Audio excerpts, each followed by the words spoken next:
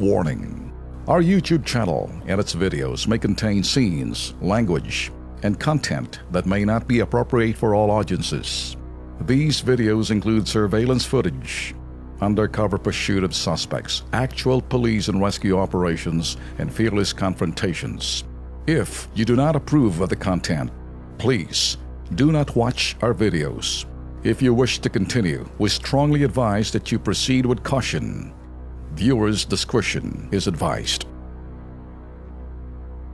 Lumapit po sa ating pong tanggapan ng isang kuya para ho ipanawagan po ang kanya pong kapatid. Lubos po siyang nag-aalala dahil po may kapansanan pa ito. Mentally challenged po to ang kanya pong kapatid. Panoorin po natin, baka makatulong po tayo.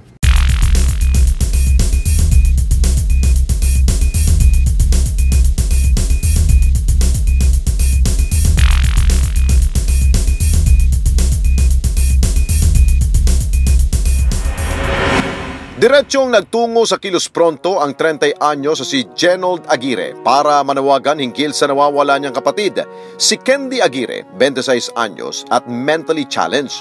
Huling nakita sa isang supermarket sa Diparo, Caloocan City noong March 21, 2017. Kung sino man po ang nakakita kay Candy, makipag-ugnayan lamang sa numerong nasa inyong mga TV screen. Ako po si Genold Aguirre, nananawagan po na kung sino po nakakita kay Candy Aguirre yung sa picture po. Pwede niyo po akong tawagan po.